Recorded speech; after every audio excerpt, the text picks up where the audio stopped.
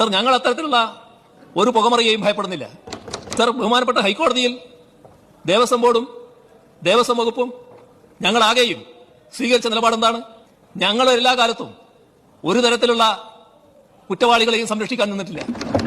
ആര് തെറ്റ് ചെയ്താലും ആ തെറ്റ് ചെയ്തവർക്കെതിരെ മുഖം നോക്കാതെയുള്ള നടപടിയെടുക്കുന്ന രീതിയും ശീലവുമാണ് ഞങ്ങൾക്കുള്ളത്.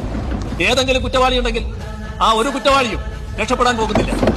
അങ്ങനെ ശബരിമലയിലെ ദൈവതുല്യനും കൈവിലങ്ങ് വീണിരിക്കുകയാണ്. ആ വിഗ്രഹവും അങ്ങനെ വീണുടയുന്നു എന്നത്. ചോദ്യമുനയിൽ നിന്ന് അറസ്റ്റിലേക്ക് കടക്കുമ്പോൾ തന്ത്രിയുടെ റോൾ എന്ത്? പോറ്റിയെ കയറ്റിയത് തന്ത്രി എന്ന SIT ഉറപ്പിക്കുമ്പോൾ ശബരിമല സ്വർണ്ണക്കൊള്ളയിലെ ഏറ്റവും പ്രധാനപ്പെട്ട അറസ്റ്റിലേക്ക് പ്രത്യേക സംഘം കടന്നിരിക്കുന്നു. ഈ സ്വർണ്ണക്കൊള്ള ശബരിമലയിലേക്ക് അല്ലെങ്കിൽ ഈ പോറ്റിയെ കയറ്റിയ എന്ന് പാരടിക്കും. പോറ്റിയെ കയറ്റിയത് ആരാണെന്ന ചോദ്യത്തിന് അത് തന്ത്രിയാണ് എന്ന് പറയും. ഇപ്പോൾ അറസ്റ്റിലായിരിക്കുന്നു എന്നാണ് SIT.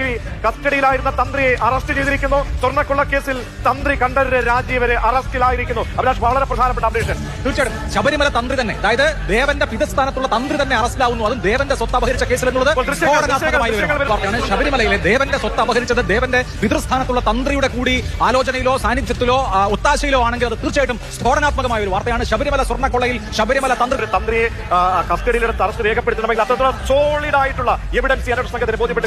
തീർച്ചയായും അതാണ് വളരെ പ്രധാനപ്പെട്ടതാണ്. വളരെ നിർണായകമായ ഒരു സ്റ്റെപ്പിലേക്ക് കിങ് പിന്നിലേക്ക് അറസ്റ്റ് നേടിയിട്ടുണ്ടെങ്കിൽ പോറ്റിയെ കയറ്റിയത് ആരാണ്? പോറ്റിയെ കയറ്റിയത് ഈ ഉണ്ണികൃഷ്ണൻ പോറ്റിയെ കയറ്റിയത് തന്ത്രി കണ്ഠരര് രാജീവരുടെ മുൻകൈയിലാണ്.